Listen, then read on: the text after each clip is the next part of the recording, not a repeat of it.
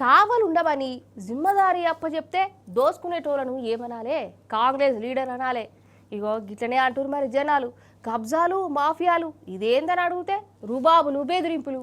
ఇప్పుడు రేవంత్ సర్కార్ కథ గట్టనే ఉన్నదని చెప్తురు. అసలు చెయ్యి పార్టీ వచ్చినాకంచెల్లి భూమి కనబడుడు పాపం పొతం చేసుడే అవుతుందని లీడర్లకు అగో. ఇందిరమ్మ రాజ్యం అంటే ఏమో అనుకున్నాం గాని వాళ్ళు బరాబరి చెప్పిర్రు. ఎమర్జెన్సీ రాజ్యమే నడుస్తుంది ఇప్పుడు. చూస్తున్న కథ చూస్తుంటే గట్టనే అనిపిస్తున్నది మరి. భూములు జాగలు కాంగ్రెస్ లీడర్ల కండల్లో పడితే చాలు ఇక కథమే దాని పని. అంతెందుకు పొంగులేటి శ్రీనివాసరెడ్డి సార్నే తీసుకోరాదు. సార్ అక్రమ మైనింగ్లు కబ్జాలతోని రెచ్చిపోతుండని జనాలే చెప్తురు. చెప్పుడేంది కండ్ల ముందే గానొస్తుంటే భూములు ఇయ్యకుంటే సంపేత్తా అని బెదిరించిండట. ఇక రాఘవ కన్స్ట్రక్షన్ అనేది పొంగులేటి సారదే కదా. ఇక రాష్ట్రంలో నడిచేది మనదే రాజ్యం. మనల్ని ఎవరు ఆపేది అనుకున్నాడో ఏమో గాని ఒక పద్ధతి పాడు లేకుండా నిషేధం ఉన్నా గాని మైనింగ్ చేస్తాడు. సంబంధం లేని భూములను కబ్జా చేసి ఏండ్లకేండ్లు వందల కోట్లు జనం సొమ్మును మింగుతున్నారని సాక్ష్యాలతో సహా బీఆర్ఎస్ లీడర్లు బయటపెట్టిరు. దీని మీద నిలదీస్తేనేమో ఉల్టా బీఆర్ఎస్ లీడర్ల మీదకే రుబాబు చేసుడు. గిదెక్కడి నియతి గిదేం పాలన? పొంగులేటి సారు కబ్జాల మీద అక్రమ మైనింగ్ మీద ఎంక్వైరీ పెట్టాలని బీఆర్ఎస్ ఎమ్మెల్యేలు ఎమ్మెల్సీలు గవర్నర్ సార్ను కలిసి చెప్పిరు. పొంగులేటి సార్ను బర్తరావు చేసి హైకోర్టు సిట్టింగ్ జడ్జితోని విచారణ చేయించాలని గవర్నర్ కోరిరు.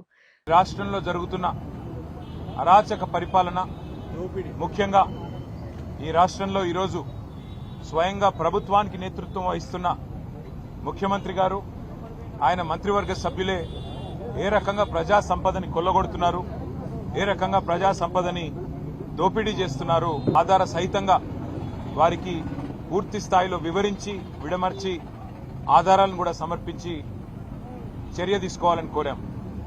ముఖ్యంగా ఈ రాష్ట్ర రెవెన్యూ మంత్రి పొంగులేటి శ్రీనివాసరెడ్డి గారి కుటుంబానికి సంబంధించిన రాఘవ కన్స్ట్రక్షన్స్ అనే కంపెనీ గత 2.5 సంవత్సరాలుగా నిరాటంకంగా ఎక్కడైతే నిషేధిత ఆజ్ఞలున్నాయో జంట జలాశయాలు గండిపేట, ఉస్మాన్ సాగర్, హిమాయత్ సాగర్ పరిధిలో 10 కిలోమీటర్ల పరిధిలో ఎక్కడా కూడా మైనింగ్ చేయడానికి, క్రషింగ్ చేయడానికి వీల్లేదని నిబంధనలుంటే వాటిని తుంగలో దొక్కారు. అట్లాగే ఓఆర్ఆర్ పరిధిలో కిలోమీటర్ పరిధిలో మైనింగ్ చేయడానికి వీల్లేదనే ఉత్తర్వులుంటే వాటిని తుంగలో దొక్కారు. అట్లాగే వారికి సంబంధం లేని భూమిలో అసైన్డ్ భూమిని చెరబట్టి అందులో వందల కోట్ల ప్రజా సంపదను రెవెన్యూ మంత్రి గారి కుటుంబానికి సంబంధించిన కంపెనీ కొల్లగొడుతున్న విషయాన్ని ఆధారాలతో సహితంగా గవర్నర్ గారికి సమర్పించాం. కాదుల్లా ఈ అక్రమాల మీద అసెంబ్లీలో నిలదీస్తుంటే ఏమైతుందో మీరే చూస్తూనే ఉన్నారు కదా. తప్పులు ఎత్తి చూయించినందుకు సస్పెండ్లు ఇచ్చిరు. అంటే మా పాలనలో గిట్టనే భూ కబ్జాలుంటాయి, ఎవ్వరు మాట్లాడొద్దు, అంతా మా ఇష్టం ఉన్నట్టే సర్కారు చెప్పదలుచుకున్నది. అరే కన్న ముందు గిన్నెగనం కానొస్తుంటే జవాబన చెప్పకుండా ఎట్లా? ఎంక్వైరీ అన్నా చేయిస్తలేరంటే ఏంది?